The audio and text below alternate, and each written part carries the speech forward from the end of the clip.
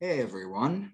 I've recently done the Gospel of Jmmanuel or Emmanuel. The author credits go to Judas Iscariot. This one is actually mind-blowing. This goes against the teachings of the Bible. Let me just read you from the back cover of the Gospel that I have. The Talmud of Emmanuel may be the true testament of Jesus. The ancient document was discovered in 1963 by Billy Meyer after having been encased in resin and buried for nearly 19 centuries. The book gives you a clear English translation from the original Aramaic writings. And that's basically what it is. So let's just start right off into it. There is a Gospel of Judas as well as this Gospel that he supposedly wrote. So there is a Gospel of Judas, and this is another Gospel that he wrote, but it's not credited to him. There's some mind-blowing stuff in here that I wanted to show you that's different than any other Gospel I've ever read. So I'm really hoping you all watch this. So the discovery of the Talmud, this is just a little backstory to it. In 1963, a Swiss-born man named Edward Albert Meyer, who was known as Billy Meyer, and his ex-Greek Orthodox priest friend Isa Rashid took an afternoon walk along a roadway a little to the south of the old city of Jerusalem. And during that afternoon walk, Albert Meyer happened to glance upon and spied a small opening in the ground that took his interest. Finding himself curious, Albert Meyer took a torchlight from his backpack and examined the opening, which was found to contain inwards. And so Albert and his friend Isa Rashid dug out the surrounding earth and allowed them to gain entrance to some sort of chamber. What they both found after crawling inside was an old tomb in a state of disrepair and half filled with earth. However, after cleaning more soil away, Albert Meyer and Isa Rashid discovered a package beneath the rock. They took it back to Isa Rashid's home to examine. The package was said to be about 60 centimeters long and 25 centimeters wide, and was found to hold 4 separate rolls of Aramaic writings, which took the name of the Talmud of Jmmanuel. So in order to understand this, we got to go through the 12 signs again. I'm sorry, we just have to. Now, there's not a whole lot of astrotheology in this. This is a little different what I'm doing today. There's a couple of examples. But what I wanted to do was go over the notable differences between the canonical Gospels and even the Gnostic texts and this particular text. So Aquarius, the first sign I talk about is Aquarius, which is represented by the man. Technically, Aries begins the year. It's the story of Zeus and the young boy, which I've gone over before. Whenever you hear the words son of man, man, baptism, water pitcher, fountain, stream, river, pond, lake, ocean, sea, you're talking about Aquarius as that there's water in the sign. In the picture of Aquarius, there's water in the sign. Pisces, the mutable two fish water sign. So stream, river, pond, lake, sea, ocean, that also applies too, because it being water. Then Aries is the ram, and in Aries you have March 21st, which is the spring equinox. It's a 12-hour day, a 12-hour night. It's also the Passover, or the passing over of the sun over the equator and back on its way to its height in the summer solstice. In Christianity, the passing over is changed, and it's called the resurrection of God's son. So you have both Passover and Easter in Aries, because it starts the year. The Jewish Passover is when the angel of death passes over everybody's home in Egypt, and anyone that doesn't have the lamb or the ram, Aries the ram, the people of Aries, the Jews, anyone that doesn't have the marking of the new age on their doorposts, their firstborn sons will die, which is another trope that goes throughout the Bible. The idea of the son dying, the 3 days, we go over all that. So whenever you hear ram, lamb, shepherd, or ram's horn, you're talking about Aries. Then Taurus is the bull. And when you look at the sky and you see Taurus during the season where it's supposed to be, you know that you need to put the plow on the bull so that you can plant the seed so you can harvest in Virgo and Libra. So whenever you hear bull, ox, calf, or cow being the female bull, you're talking about Taurus.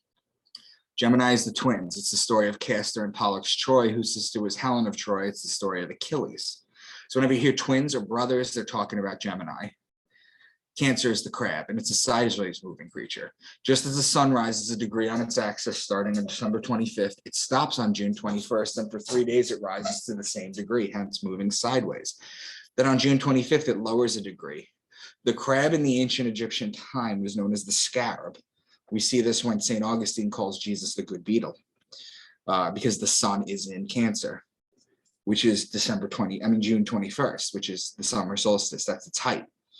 So whenever you hear crab or beetle, that's Cancer. Leo is the king, the lion, the king of the jungle.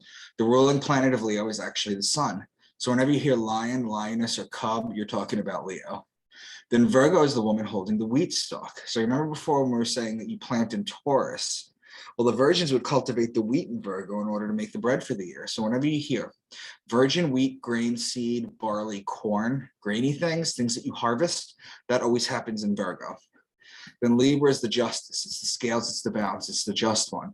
The reason it's the justice is because it judges God's sun as it passes over the fall equinox and begins its descent into winter, into cold, into death.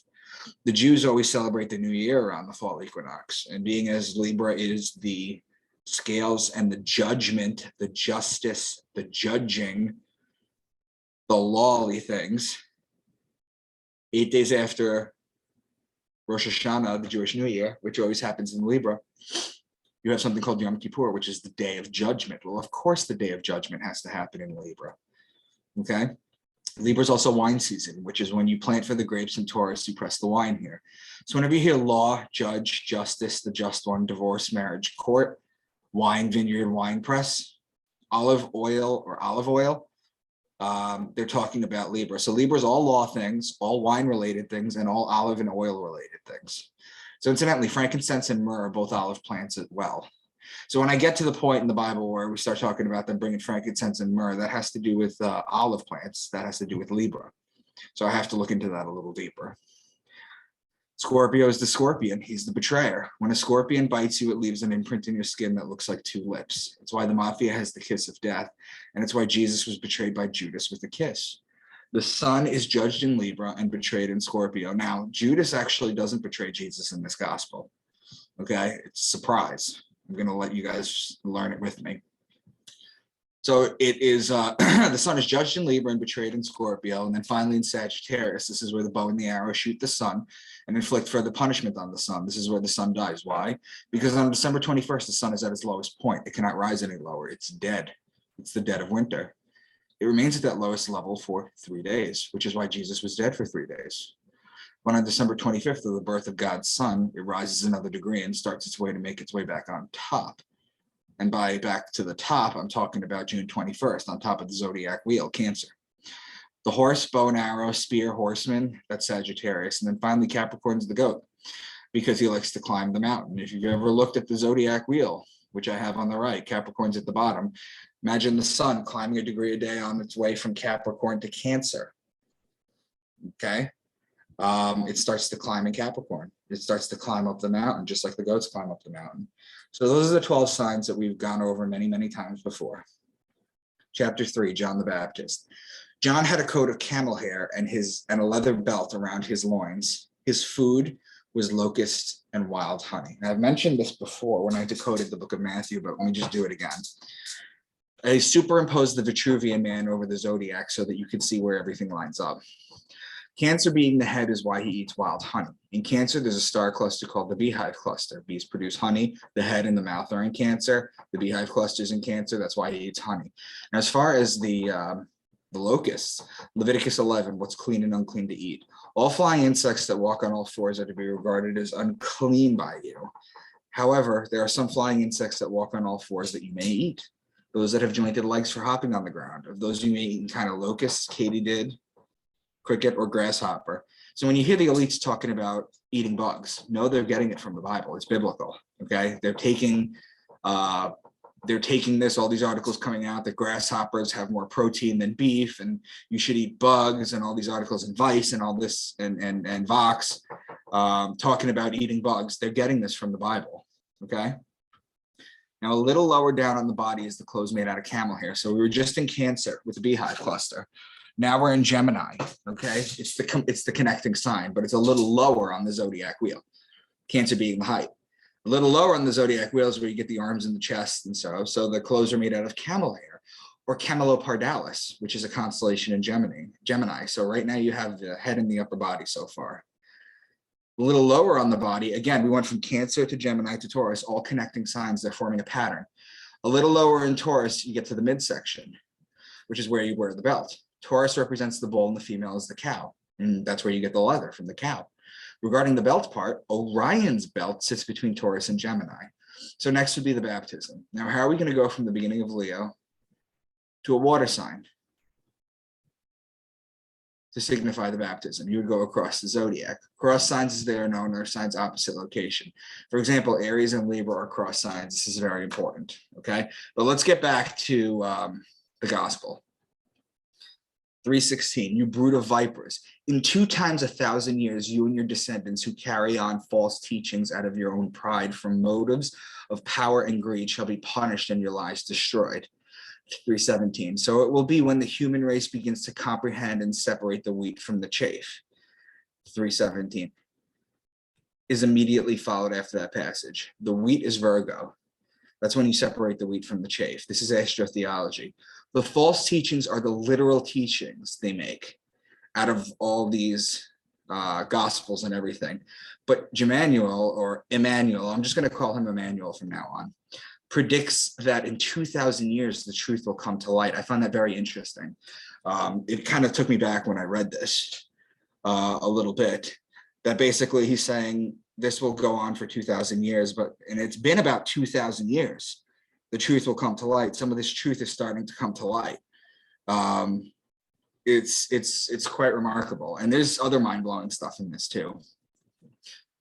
4:26, the 2 men from the constellation of the 7 stars, the Pleiades, were venerable teachers and were together with the 2 smaller men who said they were from Bowery. So the gospel is rife with mention of extraterrestrial beings. They do mention that, and there's constant mention of the stars. So notice the 7 stars, the Pleiades, they're known as the 7 stars. Nevertheless, do not heed these false teachings, because millennia will pass before the people of these human races will be able to recognize the truth. So hence, following the fulfillment of your mission, centuries and 2 millennia will pass before the truth of your knowledge brought among the people will be recognized and disseminated by some humans. So another example, this is easily by far the most interesting gospel that I've ever read. It's not even particularly close. There's plenty of predictions in it. So it's social engineering is what it is. I'm going to get into it a little bit later. Chapter 5, Sermons on the Mount. Blessed are those who hunger and thirst for truth and knowledge, for they shall be satisfied. Truly I say to you, you will achieve justice only when you find it yourself and can make your fellow human understand it. So all these allusions are to greater knowledge. There are many times when he speaks in parables and the disciples ask for clarification, he gets pissed off that they can't understand him. As he says, for ears to hear and eyes to see. And it's just interesting that he keeps mentioning the 2,000 years, which is what the ancients knew a change of a zodiac sign was, whereas we now know that it's 2160. Which makes up the 25/9/20 great year of all 12 zodiac signs when you go through all of them. But they knew that in 2,000 years was a change. Chapter 6, Alms, Fasting, Treasures, Caring. When you pray, you should not be like the hypocrites who enjoy standing and praying in the synagogue and on the corners of the street, only for the sake of their selfishness to be seen by people. This is a prevalent theme throughout the Gospels, like the Gospel of Thomas, among the many Gnostic and canonical texts. Jesus says, for these people have their reward. And that is the ego stroking of being seen praying or donating money and having everybody know about it. When you pray or when you do any of this, do it so at home alone or when you are not being watched. That's how you do it, because hence they have their reward. Give me today my daily bread so that I may know gratitude and truth. Take this sentence literally. How are you going to know truth from being given bread? Literally, how is bread going to help you with truth? For those with eyes to see and ears to hear, the bread is Virgo. The truth is the science, which is astrotheology.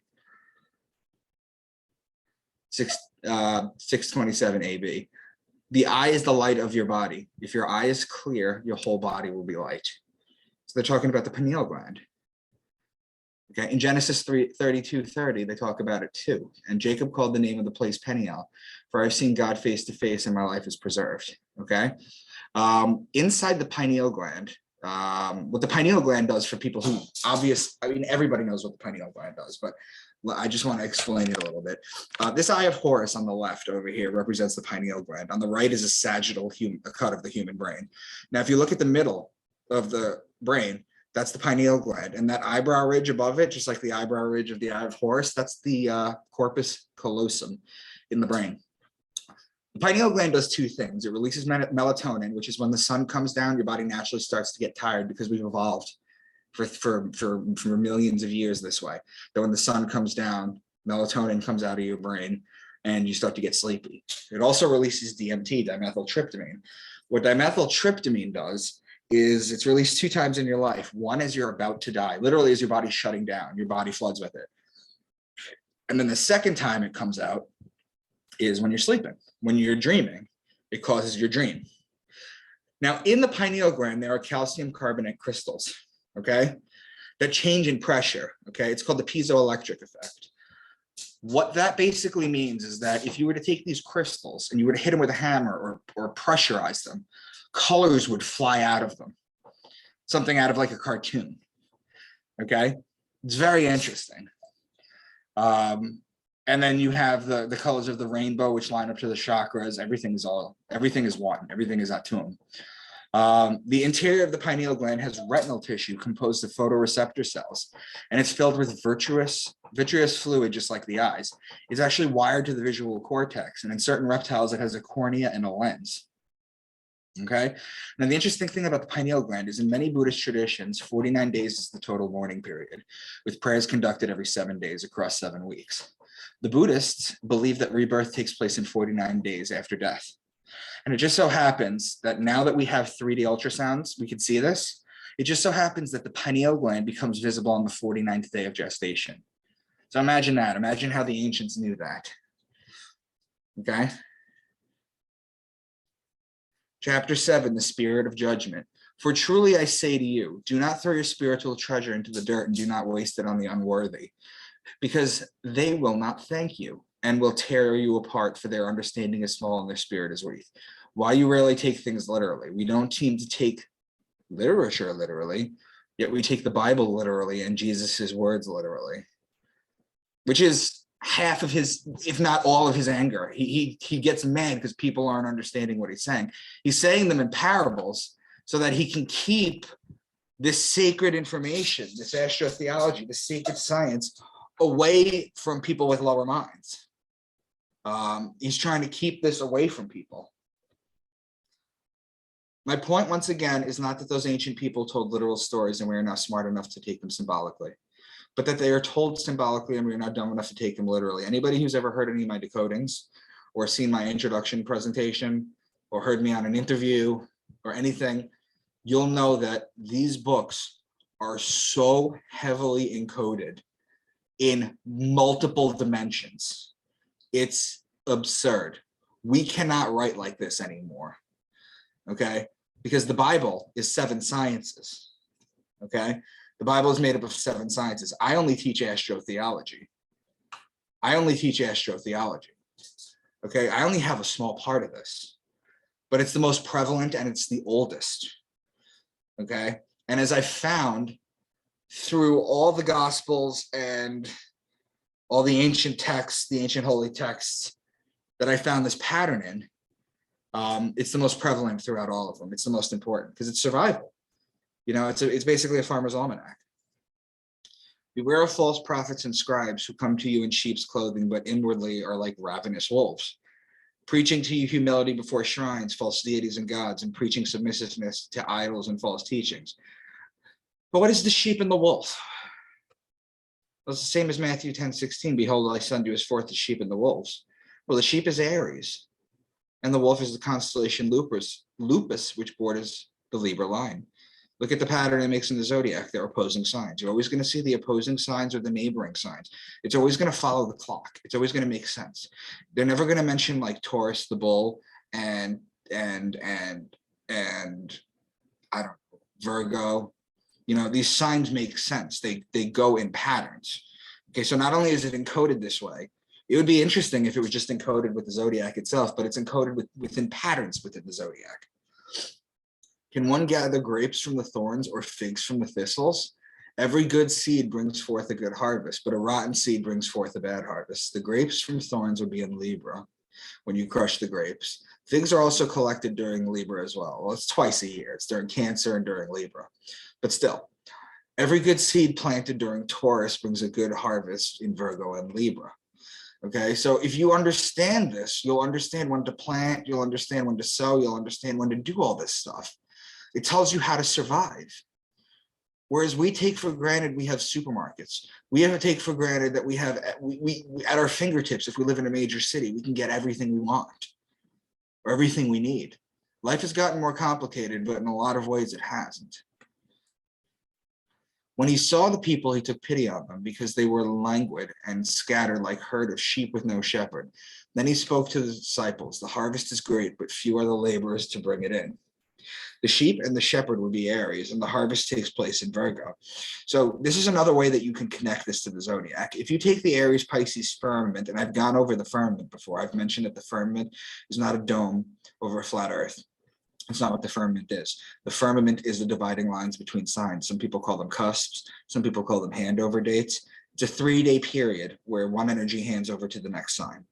Okay? And if you take the Aries Pisces firmament, which still touches Aries, and draw out a line across the zodiac, it connects at the Virgo Libra firmament. Okay, Aries and Libra, thus opposing signs. So there's ways to bend the zodiac too, to see the patterns that they're talking about. I don't usually do the firmament connections, but I bet that there would be so much more to find that I've already done if I were to go through that, to be honest with you. I may start doing that. Chapter 12, regarding marriage and cohabitation. If, however, 2 women bed down with one another, they should not be punished because they do not violate life and its laws, since they are not inseminating but are bearing. So this goes against Leviticus. This is the words of Jesus. This goes against Leviticus. It's just right there out in the open. Homosexuality in the Bible. Everyone knows that Leviticus 18:22. However, is that what's really said there? The Greek word arsenokotai shows up in 2 different versions of the Bible in Greek, but was not translated to mean homosexual until 1946. In the 1800s, the German Bible said, "Man shall not lie with young boys as he does with a woman, for it is an abomination." Leviticus 18:22. Same with Leviticus 20:13, young boys. 1 Corinthians, the word arsenokotai. And it's important to mention, I just have to jump in here and say that the Bible was written in Hebrew, but everyone at that time frame knew that if you were an intellect, you wrote and read in Greek. So 1 Corinthians becomes, boy molesters will not inherit the kingdom of God. If you were to grab Martin Luther's original German translation from 1534, they use the word Nabenschonder. Naben is boy and Schonder is molester. The first time homosexual appears in German translation is in 1983. 12:12. A person who sexually abuses a child is unworthy of life and its laws and should also be punished with loss of life, castration, or sterilization in order to be deprived of life's freedom forever and live in bondage and isolation. This earth can nourish and support 500 million people of all the human races. But if these laws are not followed in 2,000 years, 10 times 500 million people will exist, and the earth will not be able to support them anymore. So 2,000 years after this, 5 billion people existed. Now, where have we heard the 500 million before? This gospel was discovered in 1963. Could it be something that was created in 1980? Oh, the Georgia Guidestones, right. Maintain humanity under 500 million in perpetual balance with the nature. So this seems to be where they got that from, okay? Do away with the enforcements of the old law that woman should be subject to man, since she is a person like a man with equal rights and obligations. This is a vast departure from the canonical gospels and texts of both the Old and New Testament. This goes against the grain. Now, in the Egyptian times, women were revered. They were even placed higher than the man because they brought life into this dimension. Okay, the Jews did not take that with them into the new texts. Okay, this is the departure. This is why women have always been seen as inferior. And it has to do at a very primal level with the fact that men are stronger. Okay. Chapter 13, Jmmanuel on the Sabbath day. Thus the Sabbath day is a day like any other day when the day's work may be done. Another departure from the canonized scriptures. This book, this gospel is filled with antithetical teachings that go against what we've been told is true. Okay? But he spoke to them, you hypocrites, if only you had eyes, ears, and comprehension, so that you could see, hear, and understand. But you are blind and without understanding, because you lack the knowledge to see, hear, and understand nature. And you also lack appreciation of the laws of creation, so that you could see, hear, and understand the creation does not keep the Sabbath holy. Every Sabbath day, creation turns the stars in the sky, regulates the sun, winds, and rains, and nourishes all creatures on earth. Creation is the heavens. These people lack the ability to tell the signs in the sky and understand what has happened in each one. This works as a Sabbath day as well. The laws of creation don't merely stop on the day of Sabbath. Okay, so we've talked about so far homosexuality and how it's not what it is, women being equal, okay, do not keep the Sabbath holy. Let's just keep going. And he spoke, truly, truly, I say to you, Judas Iscariot, you will have to suffer even greater evils than only the loss of your writings about my teachings and my life. For over 2,000 years, you will be wrongly accused of betraying me because Simon the Pharisee wants it so. Simeon. We're going to find out who Simeon the Pharisee is a little bit later. This leads down the road to something later in the gospel, which is incredibly shocking. Judas Iscariot is not the one that betrays Jesus. It's someone else that we'll get to. For about 2,000 years, or until about now, roughly, he'll be falsely accused of it. So what else have we done? We've predicted the human population 2,000 years after that, the 500 million in the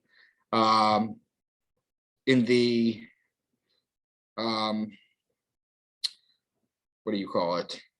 Georgia Guidestones. There's just so much here. Truly, I say to you, he will certainly succeed at that. And for 2,000 years, you will innocently have to pay the penalty for that, so you'll become a martyr. But write down my teaching and life story one more time, because the time will come in 2,000 years where your writings will be revealed. Until then, my teaching will be falsified and will become an evil sect, for which reason much blood will flow, because the people are still not ready to comprehend my teaching and to recognize the truth. Not until 2,000 years will an insignificant man come who will recognize my teaching as truth and spread it with great courage. He will be vilified by the resulting sects and advocates of the false teaching about me and considered a liar. So who is this man that will come out around now teaching the true teachings of Jesus? Let's see if we can define him better. So it will prove, chapter 15, the meaning of the parables. So it will prove true in 2,000 years when mankind has become knowing and thinking that my actual unfalsified teaching will be revealed as new. The new prophet of the distant future will not possess so much strength and power over evil and sickness, but his knowledge will be above mine, and his revelation about my real teachings will shake the framework of the whole earth, because at his time, the world will be inundated by my teachings as falsified by the scribal distorters, and will be living in false sect that will bring death. Yet by the end of the 2,000 years, the new prophet will reveal my unfalsified teachings to a small group, as I also teach to small groups of trusted friends and disciples the wisdom and knowledge and laws of the spirit and of creation. Nevertheless, his path will be very difficult and full of obstacles, because he will begin his mission in a peace-loving country in the north, ruled by a rigid false sect based upon scriptural distortings of my teachings. But he answered, in the evening, chapter 18, Pharisees demand a sign. But in the evening, you will say tomorrow will be a fair day because the sky is red. And in the morning you say today will be foul weather because the sky is red and cloudy. So you can discern the appearance of the sky, but can't you then also discern the signs of the time? The signs of the zodiac. And it's very obvious when you know what you're looking for when he talks like this. Okay, I can see why he gets so mad when people don't understand him. And Jmmanuel spoke to them, take care and beware of the leaven of the Pharisees and the Sadducees. They spoke to each other and said, that probably means something to the effect that we haven't taken along bread or something to eat.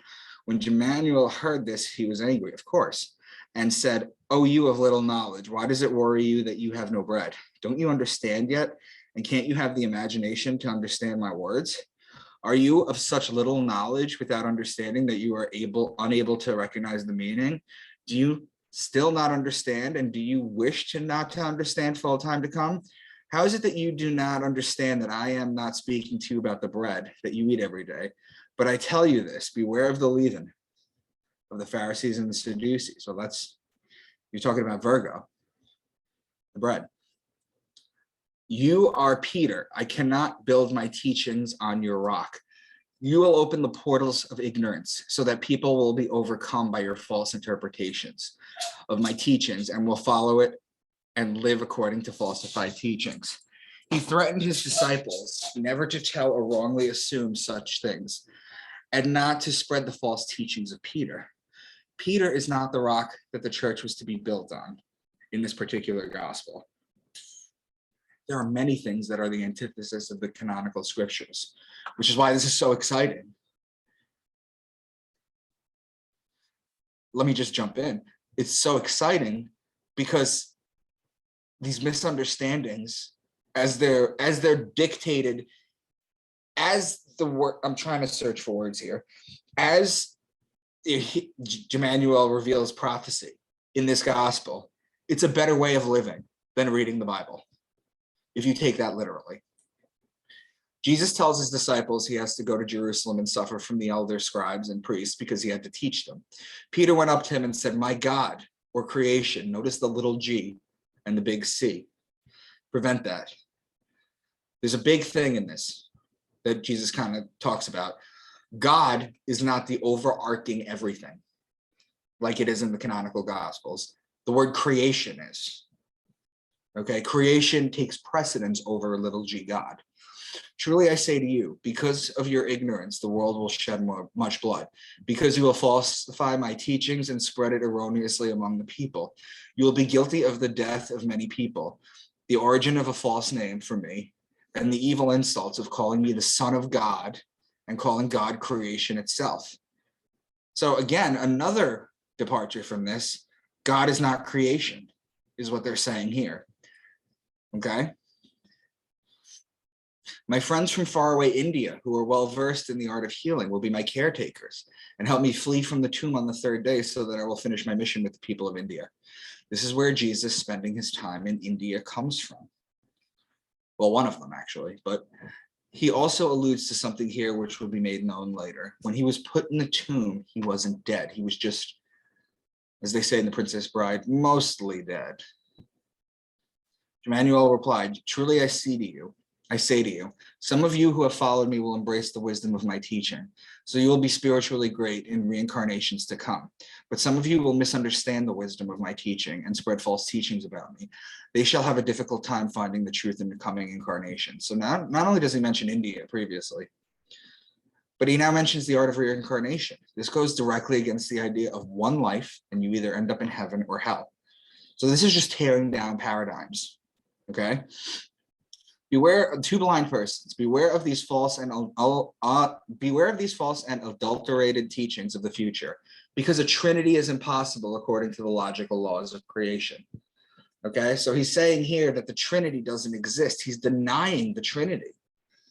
Okay, there's at this point too many things that go against the canonical Gospels, and the Old and the New. I mean, the New Testament, I should say.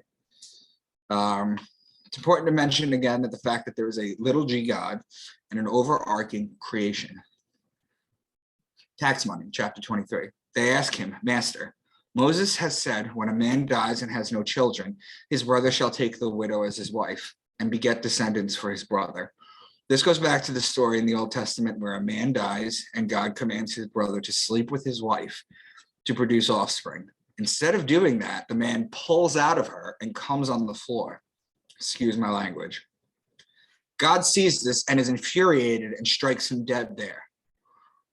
Okay, and then 23:20, Jesus says, or Jmmanuel says, how is it possible for a brother to beget descendants for his brother, since everyone's seed is different? So now it's going against the Old Testament. Okay. Jmmanuel said, the highest commandment in the law of creation is achieve the wisdom of knowledge so that you may wisely follow the laws of creation. The point I make in all my presentations is that the sun is the hour of the day, the moon is the day of the month, and the zodiac is the month of the year. It tells you what to do in each sign in order to survive. This was ancient times. We take for granted supermarkets, calendars, weathermen, watches. They had none of this back then. You had to know this science in order to survive. This is a survival book. It is a farmer's almanac. And all these Gnostic texts, people are arguing about the differences in what specific words say, but they don't see, as Jesus says, eyes to see and ears to hear. They're not getting the message out of it. Likewise, immortal is a person's spirit, which is a tiny piece of creation. For how could creation itself ever cease to be? I'll read it again. Likewise, immortal is a person's spirit, which is a tiny piece of creation. For how could creation ever cease to be? When people die, their spirit live on and leave the existence for the beyond, where they consider to gather the wisdom of the knowledge. So this is just my view here. But God is infinite. How can something exist outside of infinity? It can't.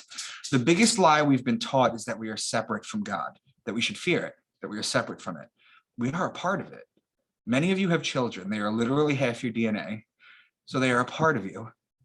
But you experience them subjectively outside of your body. So is with God and us. A piece of God comes down in what we call consciousness into a body, and we feel separate from it. We are all God experiencing itself subjectively. Now, Einstein said about God that he believes in the God of Spinoza. Baruch Spinoza was a thinker who said that God doesn't want you huddled in churches and temples in the cold, praying as loud as you can with others, praying the loudest. Jesus says that those that give for publicity or pray the loudest, they have their reward. We went over that a little while ago. If you pray, pray by yourself. The book of Thomas says, split a piece of wood and I'm there. Turn over a stone and you will find me. Spinoza's God wants you to go out to the mountains and the lake and enjoy what I am created for you and worship that way. The biggest lie is that we have ever been collectively taught is that we need to fear and worship. When we are a baby, we are in our mother's womb. The mother, being the supreme baby, is aware of the baby. However, the baby inside the mother is not aware of the mother from its vantage point. As is us with God. We are each a piece of God, unaware of the whole because we're living it. We're right in the middle of it for a short time. Chapter 24, the prophecy. Since the human races will at that time comprise far more than 10 times 500 million people, great parts of them will be eradicated and killed.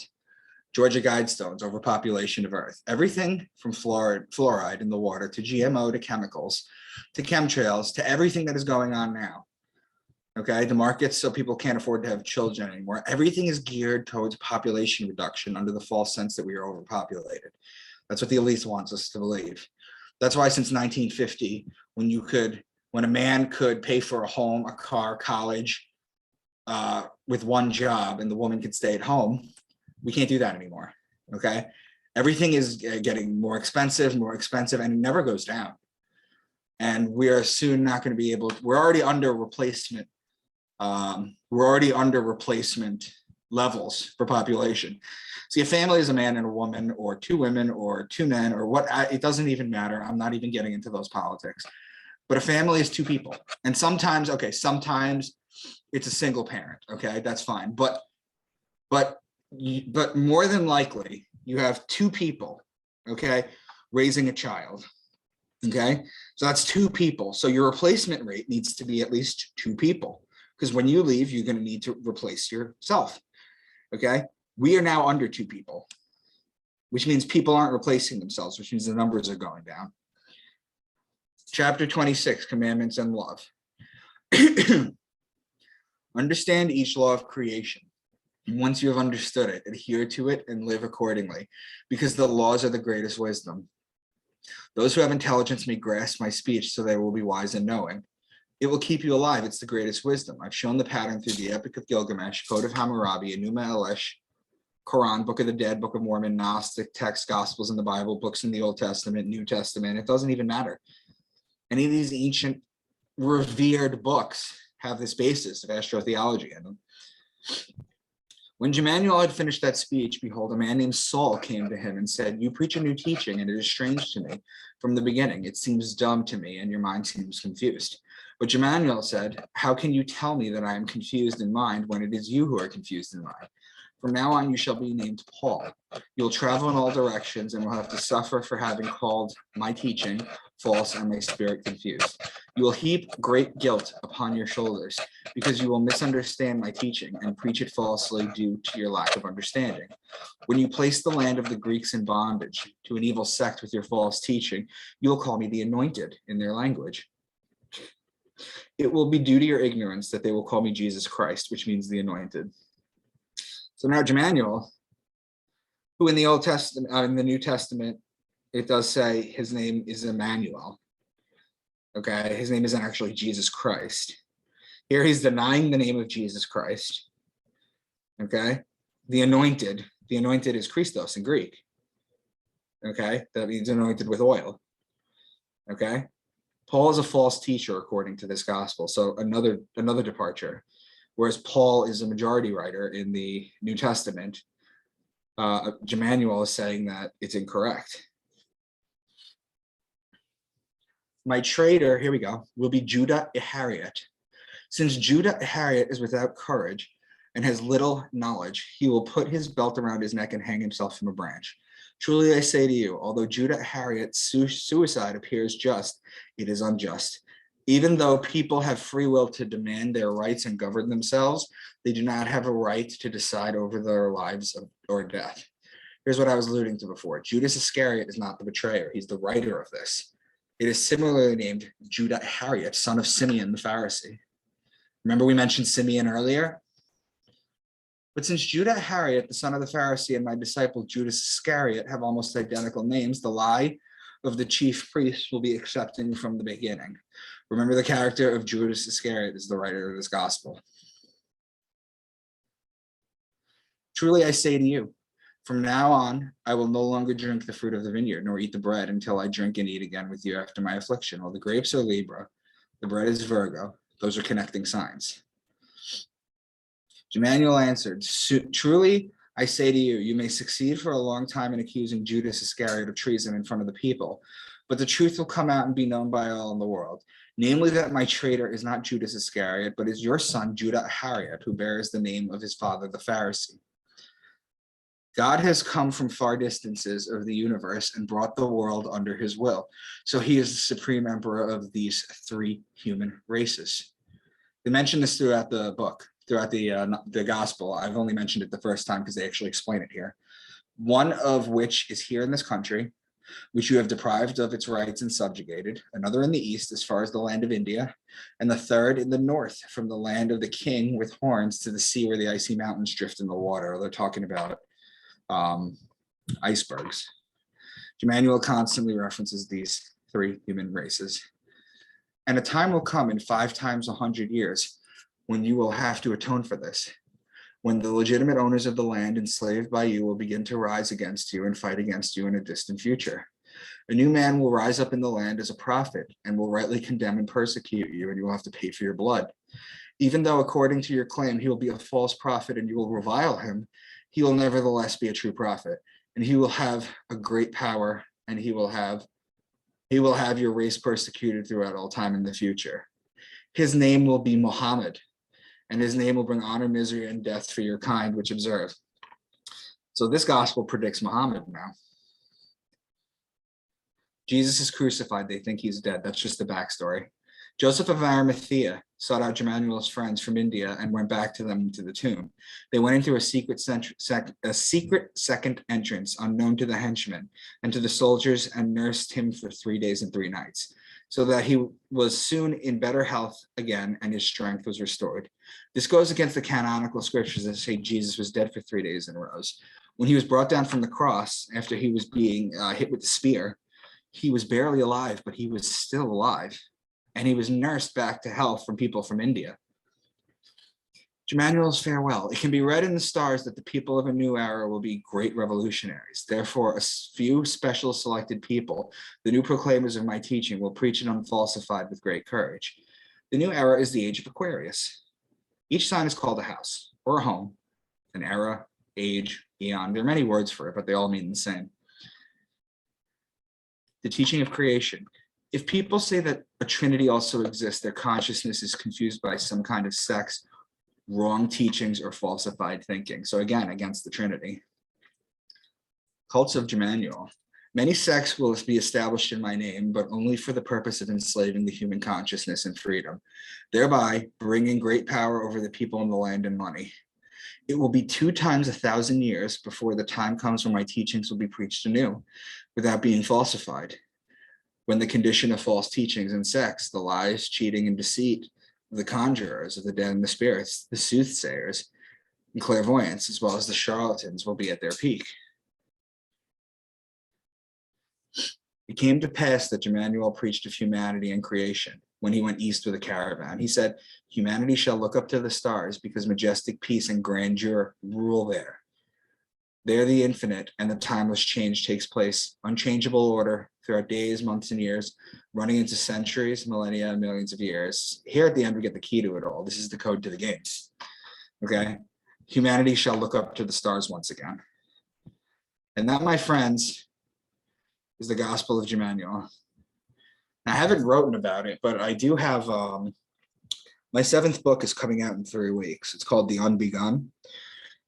It should be on Amazon, or you can reach out to me directly on social media. I would suggest you guys get the books if you want to know the more history of the Bible and just know how everything fits in. I would appreciate it if you guys do that. Because I just want to get this information out. That's my goal. So thank you.